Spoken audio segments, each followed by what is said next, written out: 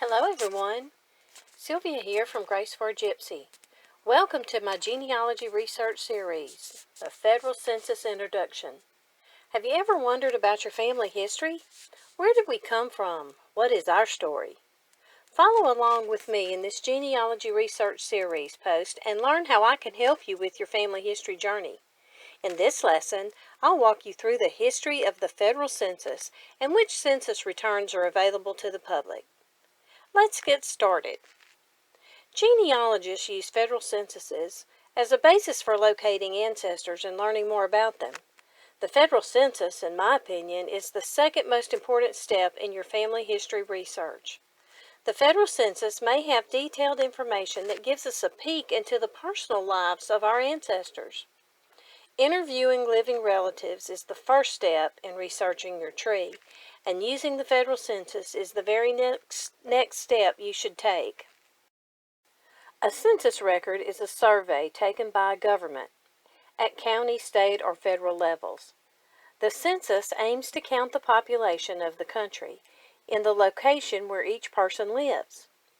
Our founding fathers believed that it was so important to conduct a census that it was mandated by Article 1, Section 2 of the Constitution, and was to take place every 10 years.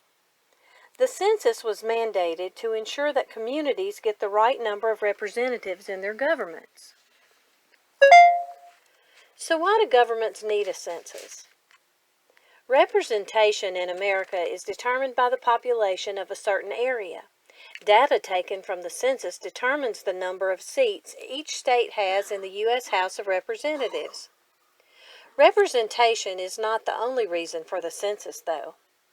Federal funds and grants that support local governments in cities, counties, and states are also based on population totals.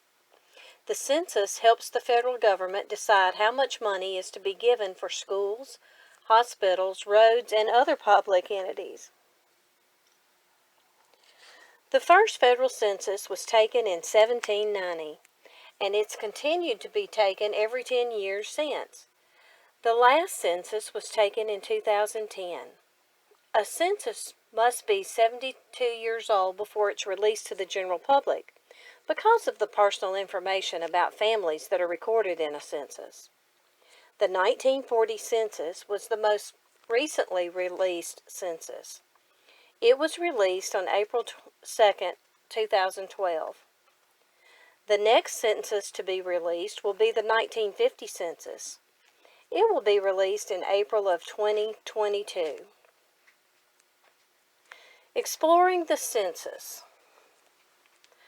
I'll be exploring the use of the federal census for genealogical research in this post.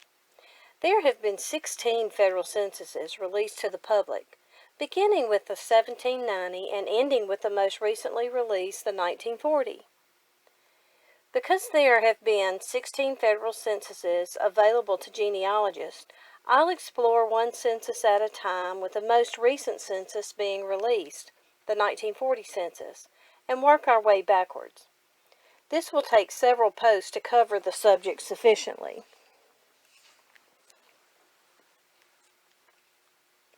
Information varies from one census to another. This series will examine each census and evaluate the data that can be retrieved that's beneficial in our genealogy research. The data found on census records varies from year to year, so census data is recorded on a standard form specific to that year. For instance, the 1790 census will have a different set of data categories than the 1850 census. The more recent censuses have better information relating to our families, but none of them can be discounted for research. So what can we learn from census records? Censuses before 1850 have limited information about our families. The 1790 to the 1840 censuses have the heads of households listed, but the other members in the family are only tallied in age bracket categories. These categories include the number of free white males and females and the number of slaves. These early censuses, while helpful for identifying families, should be used alongside other documents to build your family tree. The 1850, 1860, and 1870 censuses have each person listed by name and age. The head of the household is listed first, usually the husband or the father, then the mother, then the children listed from the oldest to the youngest. The relationship to the head of the household is not listed, but with the help of later censuses or other documents, you can establish those relationships. Other categories included in these censuses include sex, occupation, and place of birth.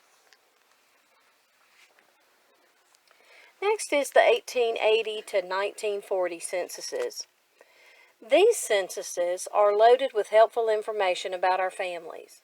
Beginning with the 1880 census, you can find the names of individuals with their ages and relationship to the head of household. Each of these censuses has different information on them that help with the personal details about our ancestors. The exception is the 1890 census. Almost all of the 1890 census was destroyed in a fire or damaged by water damage. There are very few fragments of that census, but not many. Years ago, searching the Federal Census was a very time-consuming way to research your family tree. It was a necessary step in your genealogy journey, but it meant reading hours and hours of microfilm or microfiche to locate your family. Today, it's much easier. Many genealogy websites have copies of the Federal Census, and they're searchable by entering your ancestors' names. Some sites will give you a transcribed version of the record along with a digitized copy of the actual image. Be sure to look at the actual image of the census record because transcribers can make mistakes. Census records were handwritten, and taking a look at the actual page of the census record may clear up questionable transcriptions. Not all census enumerators have the most pristine handwriting skills. The census records can help genealogists learn details about ancestors and family groups. They give us a glimpse into the personal lives of our families and how they may have lived. Researching the U.S. Census is a great tool that helps us move backward from generation to generation, and the details we learn will enrich the stories of our histories.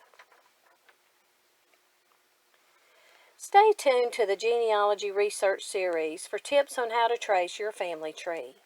I'll be adding more posts about the census records and the specific information we can gather from them. We will get down to the meat and bones of each census and the detailed information they provide. Remember, I'll teach you what records will help you learn about your ancestors and where to find them. So if you're interested in tracing your family tree and don't know where to begin, or if you've been dabbling with genealogy a little bit and are ready to get serious about it, then stick around for lots of information to guide you on your journey. Be sure to like, subscribe, and click the little bell to get notifications when the new videos are uploaded. You can check down below in the description for a list of other posts and videos in this series that are guaranteed to guide you in your search for ancestors. Until then, happy hunting!